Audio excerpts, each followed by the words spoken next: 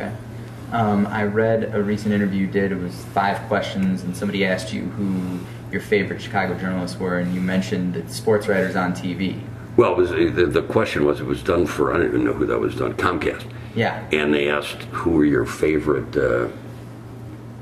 sportscasters of all time? Yeah. And I mentioned Tim Weigel as an interesting case, because Timmy, I think a lot of people, you may not have remembered him. I remember Tim.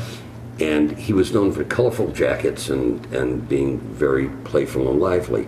You know, Tim was a history graduate from Yale.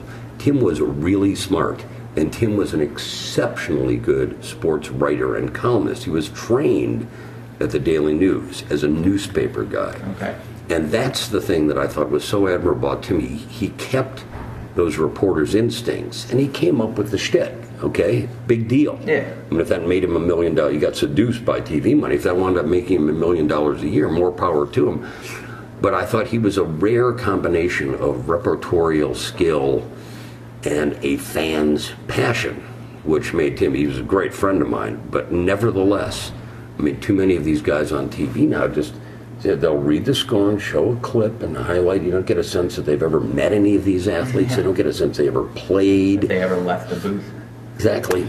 Exactly. I mean, there are a lot. Jay Mariotti, a classic example of someone who was a big deal here for a while. He was never in the locker room. It's all sort of secondhand. Mm-hmm. With Timmy, it was not. I remember he would, play music with Walter Payton. He was friendly with some of these guys, but he knew he was on the field. Yeah. I'm not saying that all former jocks make great. Johnny Morris made a huge success with I think, modest television talent, but he had been a player, which made him kind of exceptional in that way. Yeah, great player, a great player, right. Which made him special in that way. And I did mention the SportsWriters because I thought that was a great show. Why was it a great show? Because it was mostly made up of journalists, and Ben Bentley, the greatest boxing PR guy in history, that's one of the reasons it worked. There was a sort of inherent cynicism, but also an incredible depth of knowledge, and a sense of history, and a sense of being a reporter, and a sense of not taking the normal bullshit that increasingly comes out of coaches and players' mouths. And a sort of broad understanding of the games. Yeah, I love that show. One show that I don't watch much television, but one show I absolutely refuse to watch if it's on anywhere and I'm in a friend's house is Around the Horn.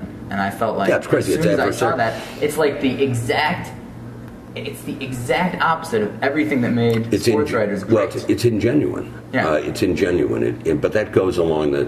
I used to be a TV critic at the Tribune, and I see the curve of adversarial and loudmouth and confrontational, what passes or is supposed to pass for journalism on TV, and I hate it. Yeah, I hate it. You're not.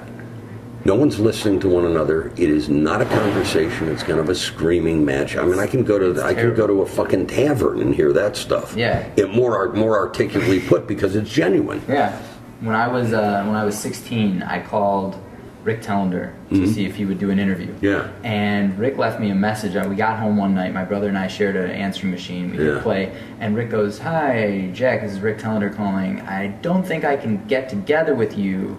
I don't have a lot of time, but why don't you come down to the set and you can interview all 4 of us?" Oh, it was like, can I borrow on. $10? No, here's $1,000. Sorry, I don't have 10. Yeah, really. So my dad took us out of school. Wow. We went down, and I'd always seen on TV that a segment would end and they would still be talking. They'd go into commercial. Sure. And a segment would begin. They'd come out of commercial and they were still talking. We would sit there. It was like the cameras were, secondary. Right. They talked straight through the segment. Straight through the commercial break. Well, it's much like the success. And Belushi would just sort of like get him into gear for the next segment. It's much like the success that Gene and Roger had, Ebert and Siskel, in that these two are the most two unlikely characters to be put on television, especially then when everybody was well coiffed and handsome. That's why it worked. They knew what they were talking about. They were passionate about it. Yeah. And they were not pragmatic, and they could be confrontational, but nowhere near as much as people may think they remember. Mm-hmm. They mostly agreed on everything, but they were articulate and smart and passionate. Yeah.